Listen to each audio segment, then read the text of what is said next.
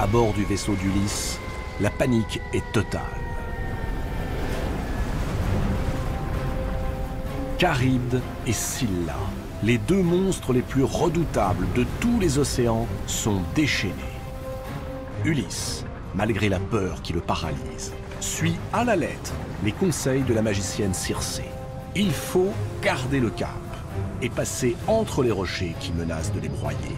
Ne pas tenter de leur échapper, sous peine d'être aussitôt happé par Scylla et de finir déchiqueté par ce monstre plus redoutable encore que Charybde. Le timonier tient bon la barre, et le navire d'Ulysse, malmené par les flots, se glisse entre les roches errantes, bientôt suivi par les autres. Hypnotisés par ces rochers qui menacent de se refermer sur eux et de les écraser, les hommes des vaisseaux suivants ne quittent pas Charybde des yeux, au point qu'ils en oublient Scylla, pourtant toute proche. En un éclair, le monstre bondit hors des flots, à l'endroit même où se trouvent les derniers navires de la flotte d'Ulysse. Il les brise en 1000 morceaux. Ces rugissements recouvrent les cris d'horreur des marins que ses pattes hideuses viennent de saisir et de lacérer. Sur le navire de tête, Ulysse et ses compagnons assistent impuissants au massacre des leurs. 3 navires sont réduits en miettes, et les malheureux compagnons, qui jamais plus ne reverront Ithaque, hurlent d'effroi avant que Scylla ne les dévore, puis replonge dans les profondeurs.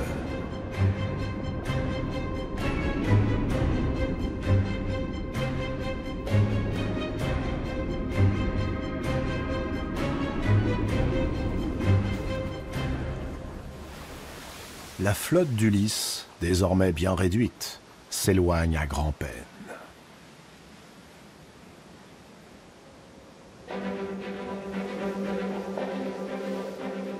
Le vent pousse Ulysse et ses compagnons vers une nouvelle île, toute proche. Tous alors redoutent quelques nouveaux sortilèges.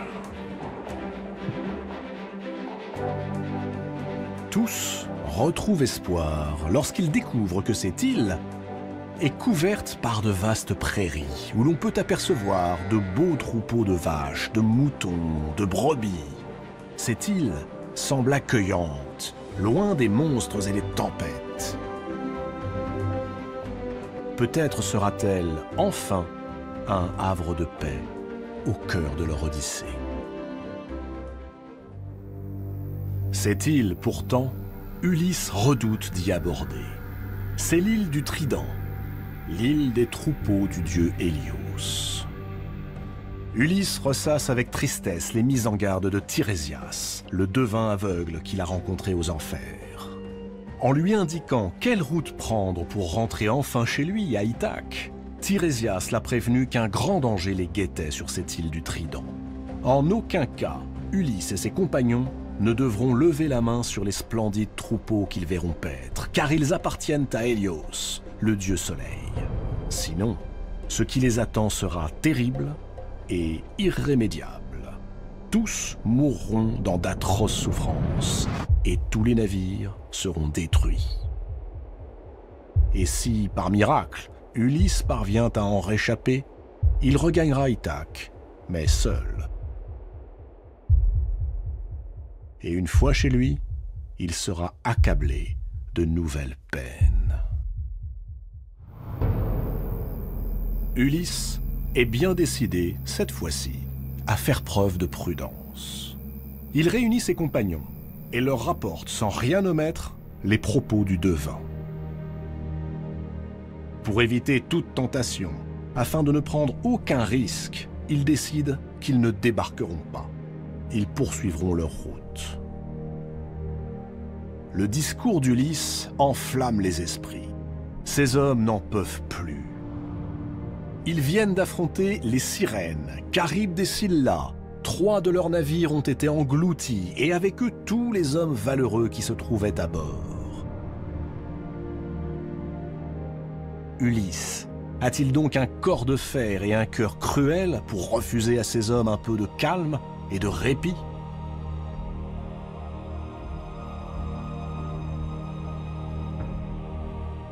après tout ce qu'ils viennent de vivre, ils veulent se reposer. Et cette île du Trident, demeure du dieu Soleil, leur tend les bras, hospitalière. Même Euryloque et Polythès, fidèles parmi les fidèles, se joignent aux protestations des marins d'Ulysse. Alors, Ulysse, épuisé, s'incline. Mais il leur fait jurer de ne pas toucher au troupeau d'Hélios.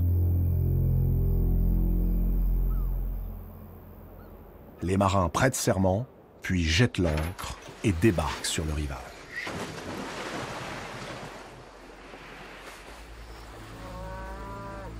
Autour d'eux, les troupeaux d'Hélios, vaches, brebis, veaux, moutons, sont admirables, si gras, si resplendissants. Les marins passent leur chemin. Ils allument un feu, dressent des tentes. Pendant 1 mois, ils font halte sur cette île, car le vent, obstinément, refuse de se lever. Jour après jour, ils se partagent les dernières réserves de nourriture fournies par Circé. Leurs provisions sont bien modestes à présent, et elles diminuent à mesure que le temps passe. Bientôt, il ne reste plus rien. Ils décident alors de partir à la recherche de fruits ou de baies, d'aller chasser quelques oiseaux qui leur redonneraient des forces.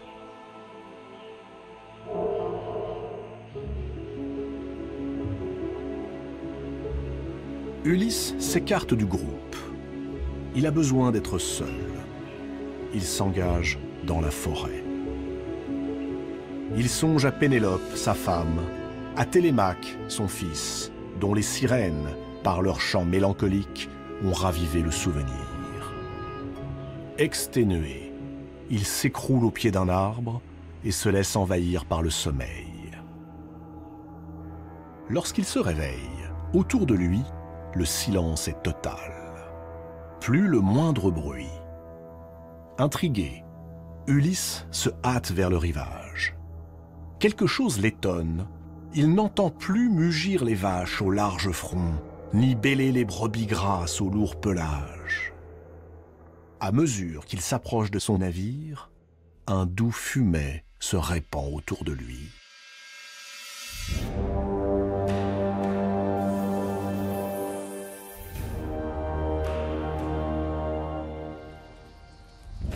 Le spectacle qu'il découvre le fait blêmir. Ces hommes sont en train de rôtir de larges cuissons. Ils brûlent les graisses de dizaines de bêtes égorgées, écorchées, hachées, embrochées. Les bêtes du dieu Soleil.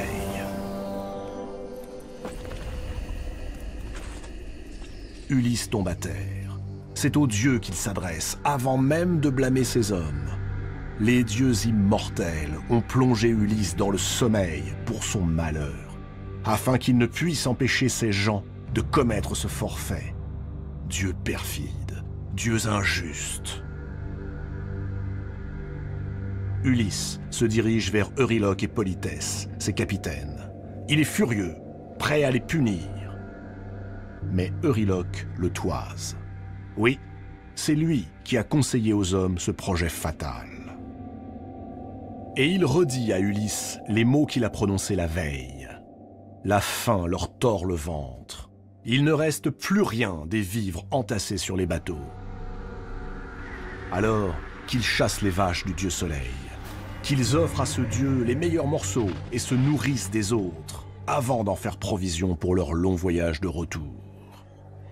Et une fois à Ithaque, ils élèveront un temple à Hélios et lui feront de magnifiques offrandes.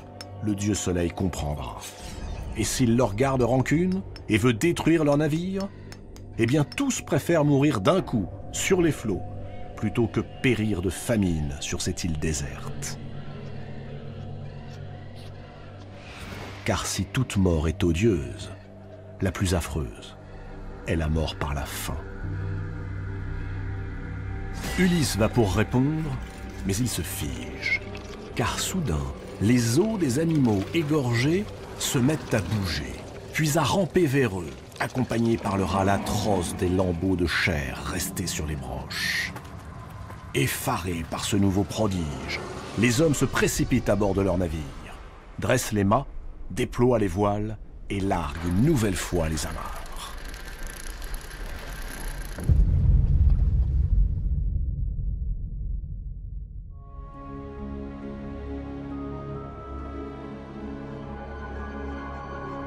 À Hélios, le dieu soleil, les divinités qui peuplent les cieux ont rapporté toute la scène.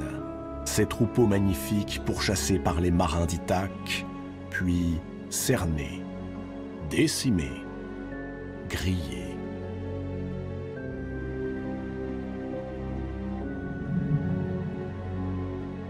Hélios est l'un des derniers titans, jadis en guerre contre Zeus et vaincu par les Olympiens. Zeus lui a conservé ses pouvoirs et ses prérogatives.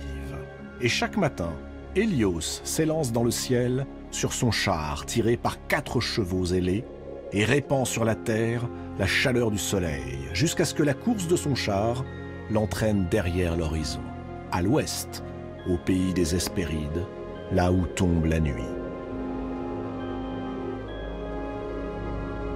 Hélios fait irruption sur l'Olympe. Il exige que Zeus fasse payer à Ulysse et à ses compagnons le meurtre de ses troupeaux. Zeus a-t-il oublié que chacune de ces bêtes sacrées symbolise un jour de l'année? Elles étaient 365 dans les prairies de l'île du Trident, une par jour et par nuit. S'il vient à en manquer une seule, Zeus le sait, l'ordre des jours sera perturbé. Mais là, c'est une hécatombe. Toutes ont été massacrées.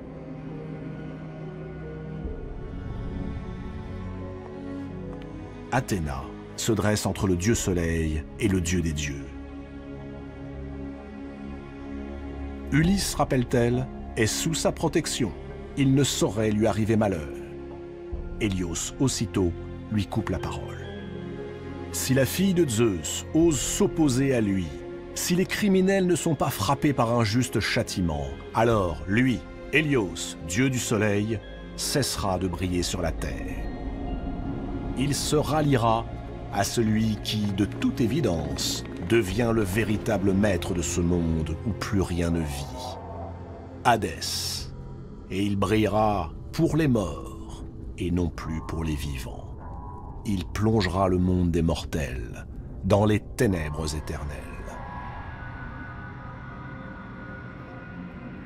À ces mots, Zeus se redresse. Ulysse fait donc peser une menace de plus sur l'Olympe. Le royaume des dieux est déjà divisé depuis que les divinités qui soutenaient les Troyens refusent d'y reparaître.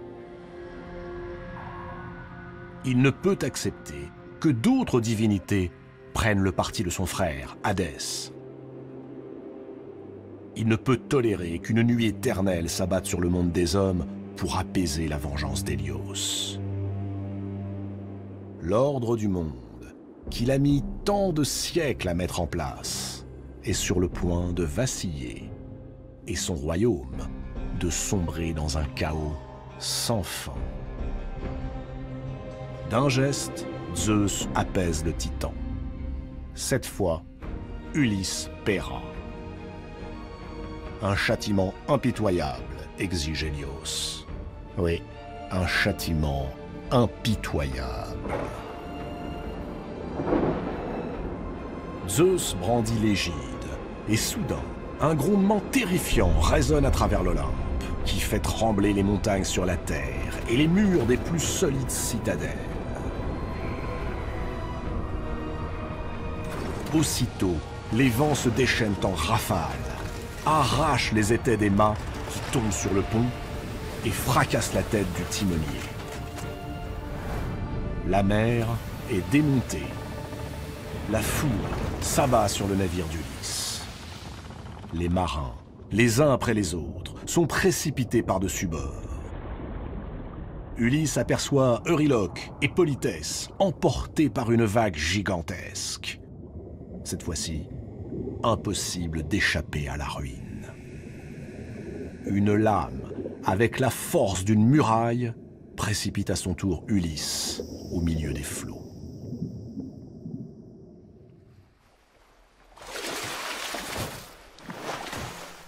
Les vents emportent Ulysse à la dérive et le ramènent à quelques brasses de Charybde et de Scylla.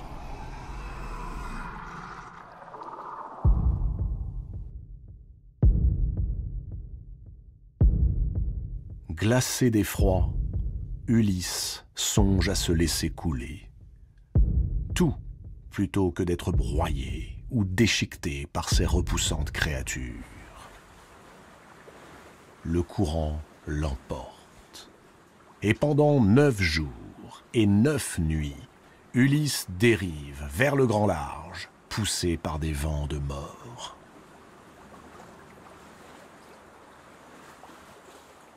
À l'aube du 10e jour, alors qu'il manque de lâcher prise, les vagues le font rouler sur une plage inconnue. À bout de force, Ulysse perd connaissance.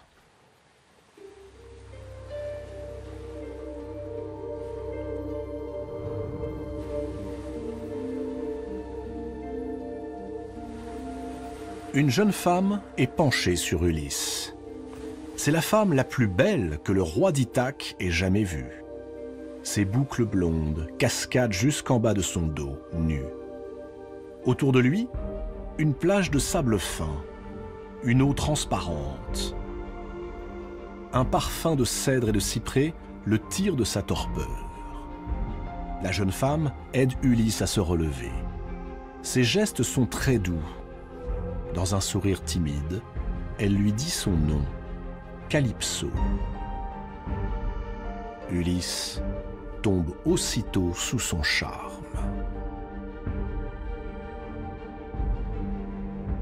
Calypso règne sur cette île depuis des temps immémoriaux.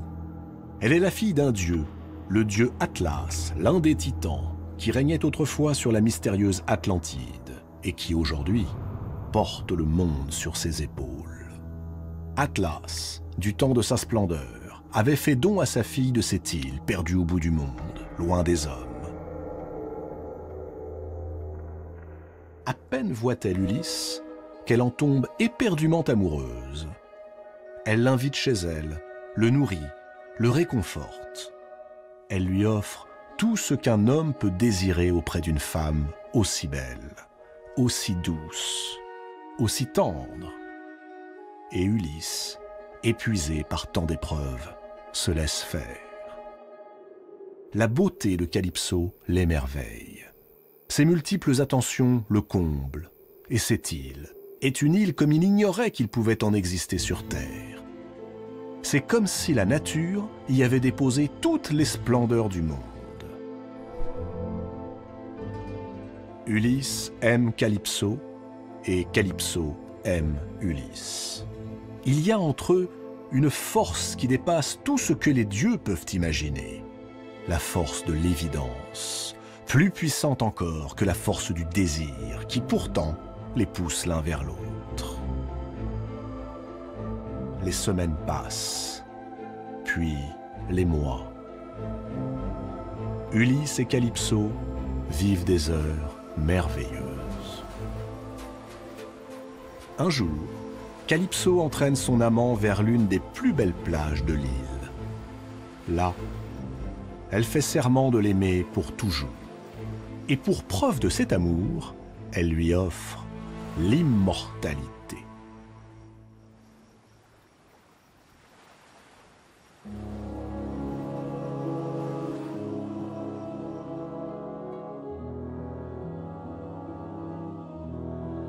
Calypso est elle-même immortelle, par nature. Les sources, les grottes, les plages lui obéissent, et elle a décidé d'en faire, sur cette île, des lieux de bonheur et de félicité. Mais que fera-t-elle de toute cette beauté, une fois que l'âge aura emporté son bien-aimé Ulysse loin d'elle? Elle peut lui offrir ce que tout homme, pense-t-elle, désire plus que tout, l'immortalité. Tout homme, sans doute. Mais Ulysse éprouve quelque gêne à cette idée. L'immortalité. Aussitôt lui revient le souvenir de son ami Achille, qui préféra une mort dans la force de l'âge en échange d'une gloire immortelle, et qui, aujourd'hui, regrette amèrement ce choix, alors que son ombre peuple le monde des morts. Mais un autre souvenir obsède Ulysse, celui d'un prince nommé Titon. Son histoire est bien connue des mortels. Titon était un jeune homme d'une exceptionnelle beauté, si beau que la déesse de l'aurore, Eos, en tomba folle amoureuse. Un beau matin, elle l'enleva et l'emporta avec elle en son royaume. Mais seules les déesses et les dieux vivent éternellement, pas les mortels. L'aurore vécut toute une année, puis une autre, puis encore une autre, aux côtés de son beau prince. Un jour, elle remarqua une ride, puis un pli sur la peau, puis un cheveu qui commençait à blanchir et un autre à tomber.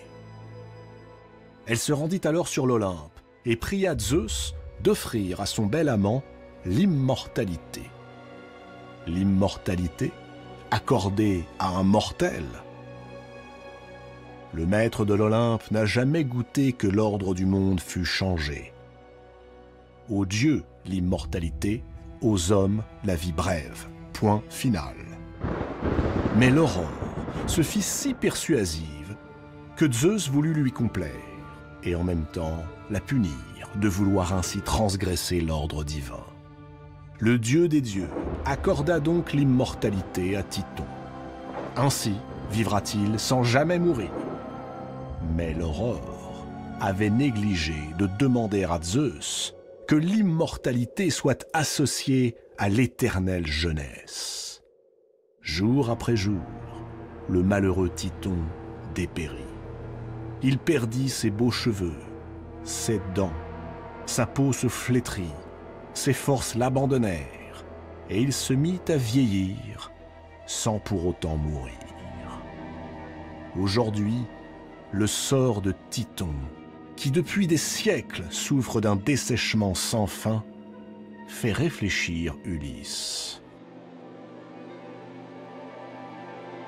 Veut-il vraiment de cette immortalité?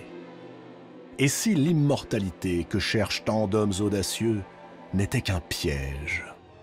Ulysse lui préfère son sort, surtout en ce moment, dans les bras d'une femme aussi belle et dévouée que Calypso.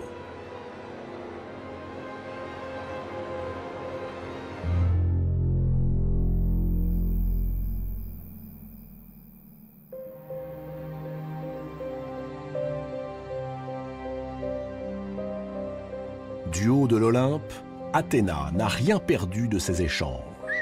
Et pour la première fois, la déesse sent qu'elle doit affronter une menace à laquelle elle ne s'attendait pas.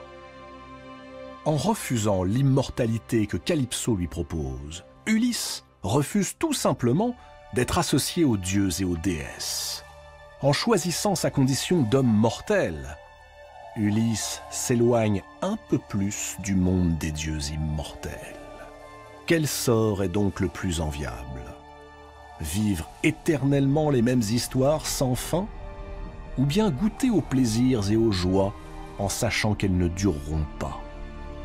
Athéna sait qu'il est temps, désormais, de trancher cette question. Il se pourrait bien que l'avenir des dieux et des hommes en dépende.